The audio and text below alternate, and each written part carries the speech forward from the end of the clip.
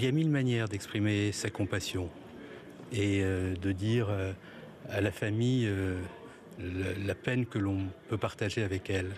Il appartient à chacun de choisir son chemin. Il y en a qui le font devant les caméras, il y en a d'autres qui le font autrement.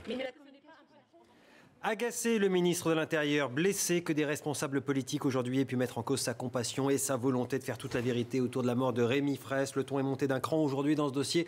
On va en parler avec nos invités. François de Rugy, bonsoir, coprésident du groupe Europe Écologie Les Verts à l'Assemblée nationale. Claude Askolovitch, bonsoir, éditorialiste pour iTélé. Avec nous aussi par téléphone, Pierre-Henri Brandet, porte-parole du ministère de l'Intérieur. Bonsoir, monsieur Brandet. Bonsoir, Olivier Galzi. Une petite réaction à l'actualité de la soirée. On a appris apparemment qu'on allait vers une suspension des travaux sur ce barrage de Sivens. Vous confirmez ? Je ne peux ni affirmer ni confirmer cette information qu'il ne m'appartient pas justement de commenter plus avant, puisque c'est une décision qui n'appartient pas ne serait-ce qu'au ministère de l'Intérieur, mais même au gouvernement. C'est une décision qui appartient au Conseil général du Tarn. Et apparemment, le Conseil général du Tarn s'oriente donc vers cette décision. Votre réaction, monsieur de Rugy ?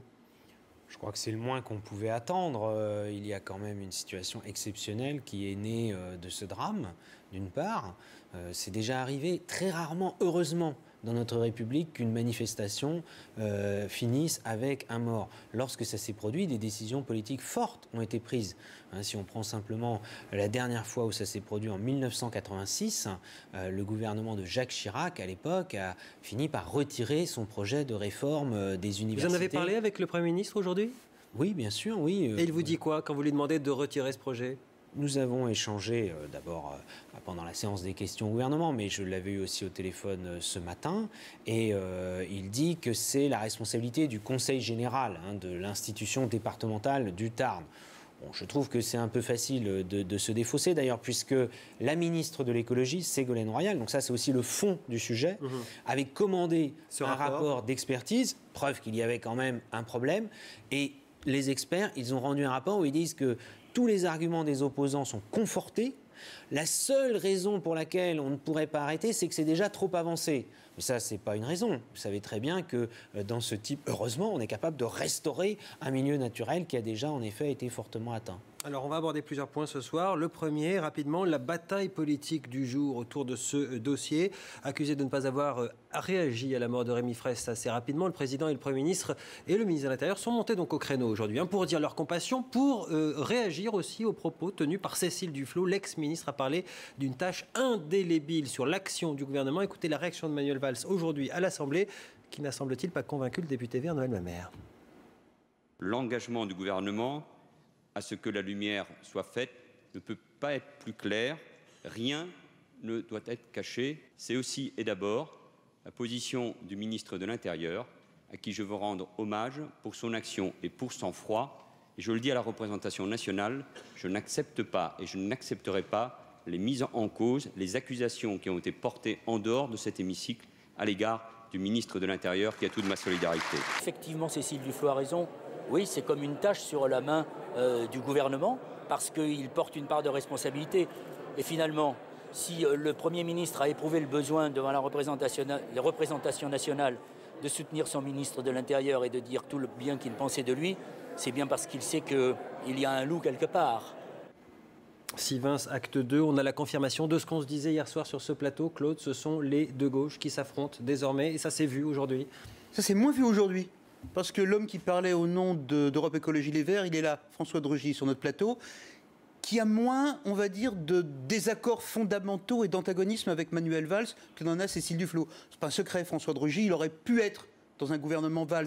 Je ne sais pas s'il serait entré, mais il fait partie des gens pour qui ce n'était pas une impossibilité. Pour Cécile Duflot, c'était une impossibilité. Et d'ailleurs, quand François de Rugy a parlé, Manuel Valls a dit qu'il notait le ton qui avait été employé. Donc paradoxalement, on a plus entendu la conflictualité absolue ce matin, quand Cécile Duflot a parlé, chez nos amis de France Info, puis chez nous, porteuse de toute son histoire, porteuse de la connaissance personnelle qu'elle a, depuis 8 jours, 9 jours maintenant, des activistes environnementalistes anti-barrage qu'elle est allée rencontrer là-bas. Elle les ressent intimement presque. Et donc pour elle, Rémi Fraisse n'était pas, elle ne le connaissait pas personnellement, mais c'était une figure, un personnage qu'elle connaissait, qu'elle avait de l'empathie. Une précision quand même. Pourquoi est-ce qu'il n'y a pas eu de gestes de compassion ou de condoléances venues de l'État plus tôt. En première intention, dans un premier moment, sans doute à cause d'informations qui remontent du terrain de la préfecture, dans l'État, on ne sait pas qui est Rémi Fraisse. On ne sait pas si c'est vraiment une grenade de gendarme qui a provoqué sa mort. On ne sait pas s'il appartient aux activistes Black Bloc. On se demande si ce n'était pas un dur. On se demande, au plus haut sommet de l'État, s'il n'a pas dans son sac à dos des explosifs, quelque chose qui serait déclenché. Donc, au sens propre du terme, ils ne savent pas. En revanche, Cécile Duflot, les écologistes, savaient qui était Rémi Fraisse, avaient la conviction intime qu'il ne méritait pas, personne ne mérite, qu'il n'avait pas provoqué par son attitude ce qui lui était arrivé. Ça explique aussi le décalage de perception, et là on revient au décalage des cultures. Chez les écolos, on connaît les petits écolos, même mal peignés, chez les socialistes on ne les connaît plus. François de Rugy, quand vous avez entendu Cécile Duflot ce matin parler d'une tâche indélébile sur l'action du gouvernement, vous vous êtes dit quoi? Elle va un petit peu loin?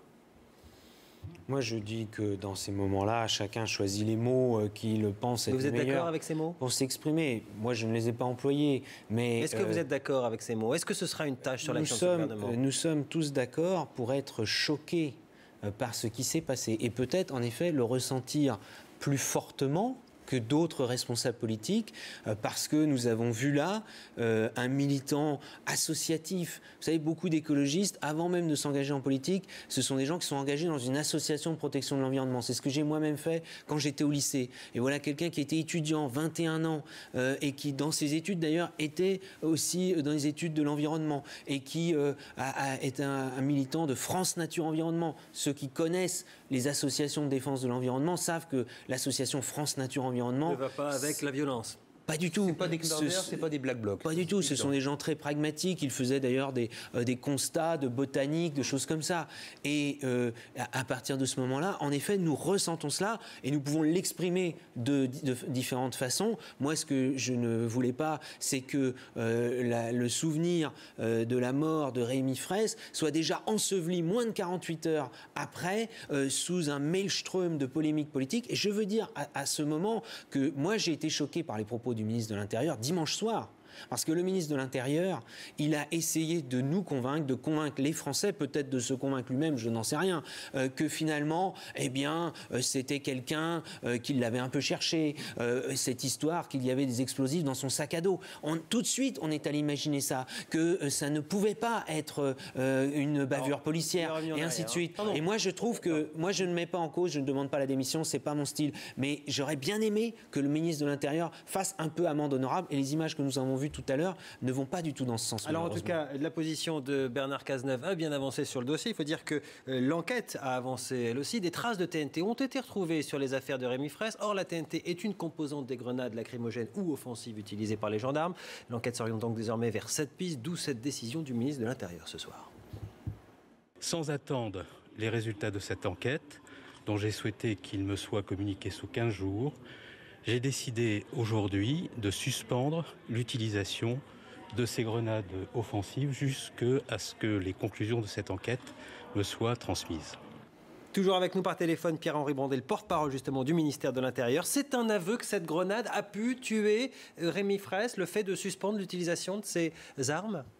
Non, absolument pas un aveu, c'est une conséquence et qui montre la responsabilité qui est celle de Bernard Cazeneuve de vouloir tirer tous les enseignements sans pour autant que cela préjuge une quelconque faute des forces de l'ordre et des gendarmes mobiles. Il faut comprendre si effectivement l'emploi de ces grenades offensives a pu jouer un rôle et dans quelles conditions. Eh bien, lorsqu'on les emploie dans du maintien de l'ordre, eh bien, elles peuvent représenter un véritable danger. Jusqu'à aujourd'hui, il n'y avait jamais eu de décès provoqués par ces grenades offensives qui sont utilisées depuis des dizaines d'années. Mais je voudrais réagir juste à un mot vis-à-vis de François de Rugy. Je voudrais simplement expliquer, et je pense que c'est quelque chose qui est important, qu'à aucun moment Bernard Cazeneuve, le ministre de l'Intérieur, n'a cherché à orienter l'opinion publique vers telle ou telle hypothèse.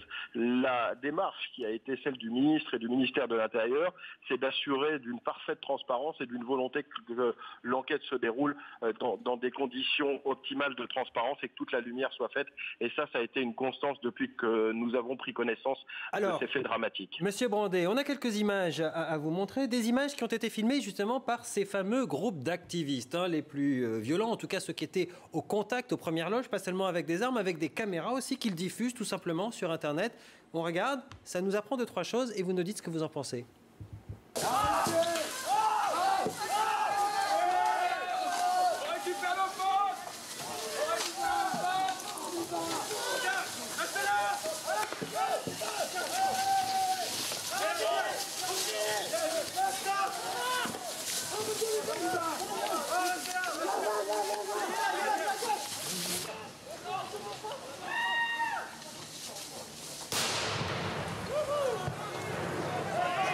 Voilà, images qui ont été tournées, nous dit-on, quelques heures avant la mort de Rémi Fraisse. Il y en a d'autres. On voit par exemple, cette fois-ci c'est sur le terrain vague qui est en contrebas, des forces de l'ordre qui sont en train de jeter des grenades sur des personnes. On va la voir peut-être pendant que je parle, cette image-là. Monsieur Brandet, quand on voit ces images-là, tout à l'heure on était dans les bois, il n'y avait rien à surveiller. Là on est sur ce terrain vague, il n'y a rien, pas une pelleteuse comme le disait hier José Bové. Est-ce que ça vaut la peine depuis des semaines de prendre le risque de s'envoyer comme ça des projectiles de part et d'autre? Il y avait aussi des cocktails Molotov, mais est-ce que ça vaut la peine alors qu'au fond, s'il n'y a pas de force de l'ordre, il n'y a pas de conflit et il n'y a pas de bavure possible? Enfin, quelle malhonnêteté intellectuelle que de poser le débat dans ces conditions. Oui, non, mais je ne réagis pas spécifiquement par rapport à vos questions, mais quand on dit que c'est la présence des gendarmes ou la présence des forces de l'ordre qui crée le trouble, je trouve ça tout simplement scandaleux. Pour réagir aux images que vous avez diffusées, ce sont des points de vue subjectifs. On peut aussi fournir des images qui montrent une autre réalité des faits, celle des violences qui sont aussi commises à longueur de journée contre les forces de l'ordre, contre les gendarmes mobiles. Il y a eu sur le site du barrage 56 policiers et gendarmes qui ont été blessés depuis le début de ces échauffourées, depuis le début du mois de septembre. Ça a été exactement la même chose que l'on a vécu à Notre-Dame-des-Landes, avec des jets réguliers de projectiles, de cocktails Molotov sur les forces de l'ordre, des jets d'acide, des fusées utilisées, notamment des fusées de détresse, vous savez, des marins-pêcheurs qui sont utilisés en tir tendu contre les forces de l'ordre. Ce sont aussi ce genre de comportements qui sont des comportements inacceptables, et les forces de l'ordre payent à chaque jour de leur engagement un lourd tribut et sont blessés, 56 policiers et gendarmes blessés. Donc arrêtons de dire que c'est parce qu'il y a une présence policière ou une présence de gendarmes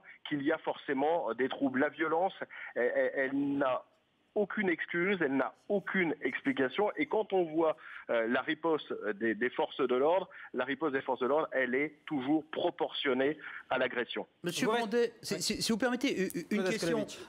Est-ce qu'on peut supposer que les gendarmes, à force d'être au contact sur le terrain avec des militants qui les harcèlent, perdent leur calme? Nous avons diffusé hier, dans cette émission, avec Olivier Galzi, une vidéo qui date du 7 octobre, où on voit un gendarme qui jette une grenade à l'intérieur d'une caravane où se trouvent 2 militants qui ne sont pas en train de l'agresser.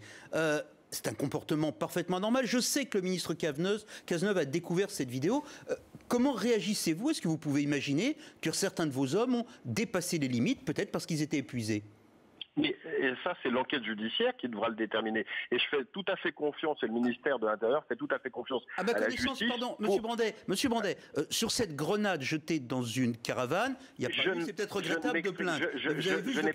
Je n'ai pas connaissance de cette vidéo et je ne m'exprimerai pas sur ces faits précis. Mais vous posiez la question de savoir si les gendarmes dépassés, fatigués, usés, harcelés avaient pu franchir la ligne jaune. Si tel est le cas, mais c'est à la justice de le dire et de le déterminer, oui, il y aura sanction, mais c'est encore une fois à l'enquête judiciaire de le déterminer, et ça, l'enquête, elle ne l'a pas encore menée. Il faut que la justice se prononce, et se prononce sereinement sur ce qui s'est réellement passé dans la nuit de samedi à dimanche. Et vous, comme moi, pour l'instant, on ne le sait pas. Il y a des éléments qui nous sont donnés régulièrement, mais la globalité des faits et l'histoire telle qu'elle s'est véritablement passée, personne ne le connaît pour l'instant. Merci. Une autre réaction, celle de Ben Lefeuté, porte-parole justement des anti-barrages. Il est à Albi avec nous ce soir en direct. Bonsoir, monsieur Lefeuté. Votre réaction à ce que vous venez d'entendre justement aux explications du ministre de l'Intérieur, de son porte-parole là sur ce plateau? Écoutez, moi je représente le collectif d'associations opposées au barrage de Sivens. Nous n'occupons pas, nous, les terrains sur le site, mais nous sommes souvent présents, notamment pour pouvoir témoigner ensuite de ce qui se passe sur le site, notamment l'intervention des forces de l'ordre. Et je suis particulièrement choqué, puisque j'étais très présent, moi, en septembre et en octobre. Je suis particulièrement choqué d'entendre que les forces de l'ordre interviennent de manière proportionnée, puisque nous avons de nombreux blessés depuis début septembre, avec des tirs de flashball très proches, à 5 mètres environ. Je prends l'exemple par exemple d'un manifestant qui s'est pris une balle de flashball à 5 mètres, qui crachait du sang. D'autres opposants qui ont été victimes de flux tendus, de tirs tendus de gaz lacrymogène. Et puis cette affaire de la grenade, évidemment, dans la caravane qui a été filmée, comme vous le disiez. Tout ça, c'est un peu le quotidien en fait vécu par les manifestants du barrage de Sivins. Moi, je dénonce tout à fait la notion d'activistes violents. Puisque vous avez une majorité de pacifistes sur le terrain qui ont été victimes de cette disproportion. S'il vous plaît, vous avez quand même entendu ce qui a été dit. Il y a eu des jets d'acide, des jets de cocktails Molotov qui ont été envoyés directement sur les forces de l'ordre. Est-ce que ça aussi, vous en avez été témoin, puisque vous étiez sur le terrain ? Moi, j'ai été témoin de barricades avec effectivement des tirs de cocktails Molotov début septembre. Enfin, j'ai vu sur les images, je n'étais pas sur les barricades. Mais par contre, je suis très étonné de l'annonce de 56 blessés du côté des forces de l'ordre, parce qu'à ma connaissance, début septembre, il y avait simplement une entorse. Et il y a eu un gendarme blessé à la main, je crois, fin septembre ou début octobre. Un manifestant a été accusé à tort, et aujourd'hui, il a fait appel de sa condamnation en justice. Et les vidéos prises par les manifestants montrent bien qu'en fait, c'est un gendarme sur le côté qui donne des coups de pied à un manifestant. Merci. Et qui a probablement blessé son collègue. Merci, Monsieur Le Feuté, pour votre témoignage en direct d'Albi ce soir. Monsieur de Rugy, un mot sur ce qu'on vient d'entendre. Évidemment, chacun campe un peu sur ses positions. Votre analyse, j'allais dire, à ce stade, la justice doit faire son travail et on arrête les travaux, c'est ça, point final ? Oui, la justice doit, évidemment, on doit la justice et la vérité, bien sûr, à la famille de Rémi Fraisse, mais aussi aux Français, d'une manière générale. Sur le chantier, évidemment, qu'il faut l'arrêter. Mais je voudrais quand même réagir aux images que vous avez montrées, qui montrent l'absurdité qu'il y a à envoyer des gendarmes comme ça se battre en forêt avec des personnes ça n'a aucun sens. Les gendarmes mobiles, les CRS, ils sont là pour défendre des bâtiments ou des espaces qui ont besoin d'être contrôlés. Là, on n'est pas du tout dans cette situation-là. Donc, c'est évident qu'on crée toutes les conditions pour qu'il y ait de l'affrontement. Car il y a évidemment, ça il faut le reconnaître aussi, on les voit sur les images, des activistes, on ne sait pas trop comment les appeler d'ailleurs, des extrémistes qui, eux, cherchent l'affrontement avec la police. Bernard Cazeneuve, qui est un homme assez méthodique, demande une enquête administrative. Est-ce que vous lui faites confiance, quelqu'un que vous connaissez, pour réformer les modes d'intervention, pour sanctionner éventuellement s'il s'avère que effectivement, les gendarmes ont dépassé les limites ou ont été mal utilisés. La confiance, elle est très entamée et pour tout dire, elle n'est pas là avec le ministre de l'Intérieur. Je rappelle qu'il y a quand même eu d'autres affaires sur lesquelles il ne s'est jamais expliqué. Vous vous souvenez, ces 3 personnes expulsées de Turquie dont les services de police français n'ont même pas réussi à les interpeller quand ils revenaient en France. J'ai du mal à voir le rapport. Parce que M. Cazeneuve, il ne s'est jamais expliqué sur le sujet. Jamais il n'a fourni la moindre explication. Et moi, j'aimerais bien que plutôt que d'entendre, et je n'ai rien contre lui, le porte-parole en tant que personne du ministre de l'Intérieur. Moi, j'aimerais bien que ce soit le ministre de l'Intérieur qui, une bonne fois pour toutes, s'explique devant les Français. Là, je crois qu'il était toujours avec nous, il avait envie de vous répondre. Oui, non, enfin, je ne peux pas laisser dire que le ministre de l'Intérieur, Bernard Cazeneuve, ne s'est pas expliqué sur ce qui s'est passé contre les 3 individus, les 3 ressortissants français. Peut-être un autre sujet en même temps, M. Brandet. Oui, mais c'est un autre sujet, mais c'est malhonnête une nouvelle fois de dire que le ministre de l'Intérieur était aux abonnés. Écoutez, monsieur, moi je parle directement au ministre de l'Intérieur. Nous étions un jour en réunion autour du Premier ministre à Matignon. Nous lui avons demandé des explications. Il ne les a pas fournies. Donc si nous avons des réponses à avoir, M. Cazeneuve les donnera et les donnera aux Français. Français. Il ne les donnera pas par le biais d'un porte-parole. Excusez-moi, moi je suis un élu du peuple et donc je souhaite qu'un ministre il réponde aux élus du peuple. Bon, il est normal que le porte-parole du ministre défende son ministre ce soir. Oui, puisque bon, nous l'avons excusez-moi, on est sur des sujets graves. Il y a eu un mort et il se trouve que le ministre de l'Intérieur, depuis plus de 48 heures, il est sans cesse en réaction il est sans cesse en train d'essayer de nous faire croire que les choses ne sont pas ce que l'on dit et sans cesse rattrapé à chaque fois par la réalité judiciaire. Et je trouverais ça tout simplement un peu plus digne, un peu plus à la hauteur de la fonction. Quand on est ministre de l'Intérieur, c'est une fonction très lourde. J'en ai parlé au Premier ministre qui a lui-même été ministre de l'Intérieur. Excusez-moi de vous le dire, c'était quand même autre chose. Le ministre de l'Intérieur précédent. C'est pas un bon ministre de l'Intérieur là, non, ce n'est pas un bon ministre de l'Intérieur. Nous le constatons chaque jour, malheureusement, à l'occasion d'un drame. Vous savez, dans des circonstances comme ça. Vous demandez sa démission ? Mais non, moi je suis pas là-dedans, c'est pas mon sujet. Allez au bout de votre propos, vous êtes en train de dire qu'il est pas bon. J'ai envie. Vous êtes en train de dire qu'il n'a pas fait son job. Les gens, dans des circonstances comme celle-là, ils se montrent à la hauteur des circonstances. On a parlé au tout début de l'émission de l'affaire Malik Oussekine en 1986. Vous avez revu les images de François Mitterrand, président de la République, qui est allé voir les parents de Malik Oussekine qui avait été tué et qui a ensuite dit quelques mots très simples, très forts, très justes. Eh bien, ces mots-là, je ne les ai jamais entendus dans la bouche du ministre de l'Intérieur. Alors, on a d'autres images d'archives, justement, parce que parfois, pour comprendre ce qui se passe aujourd'hui, il faut un petit peu regarder dans le rétroviseur. Rémi Fraisse n'est pas la première victime dans les rangs de la contestation écologique en France. En 1977, c'était un certain Vital Michalon qui avait succombé à l'assaut des forces de l'ordre alors qu'il s'opposait à la construction d'une centrale nucléaire. C'était à Cresse-Malville, dans l'Isère. C'était il y a 37 ans. Et pourtant, d'une étonnante actualité au regard de ce qui s'est produit à Sivins. Regardez. Au moment même où notre journal commence, c'est un face-à-face, force de l'ordre, manifestants. Cela se passe près de la petite localité de Faverges, située à la bordure de la zone interdite. Les manifestants sont une dizaine de milliers afflués, mais surtout près de 2000 autres sont armés de casques et de bâtons. Ils prennent position. Par haut-parleur, la police précise que sur ordre du préfet, elle s'opposera à l'entrée des manifestants dans la zone interdite. Et comme réponse, c'est un jet de pierre, plusieurs cocktails Molotov sont lancés, une voiture prend feu et c'est l'affrontement très violent. Côté force de l'ordre, 5 blessés, dont 2 grièvement, et un policier aura la main arrachée par l'explosion, vous le voyez, d'une grenade offensive. 5 arrestations, 2 manifestants de nationalité allemande, grièvement blessés et hospitalisés, ont été inculpés. Côté manifestants, plus d'une centaine de blessés et malheureusement une mort. Dès que cette terrible nouvelle fut apprise, le gros des manifestants qui n'étaient pas venus pour se battre se replia, laissant quelques centaines d'autres, ceux-là casqués, stationnés à proximité des barrages de police. Et l'affaire avait conduit le président d'alors, Valéry Giscard d'Estaing, à interdire l'usage des grenades en tir tendu dans ce genre d'affrontement. Est-ce qu'on a oublié les enseignements de Cresse-Malville, d'après vous ?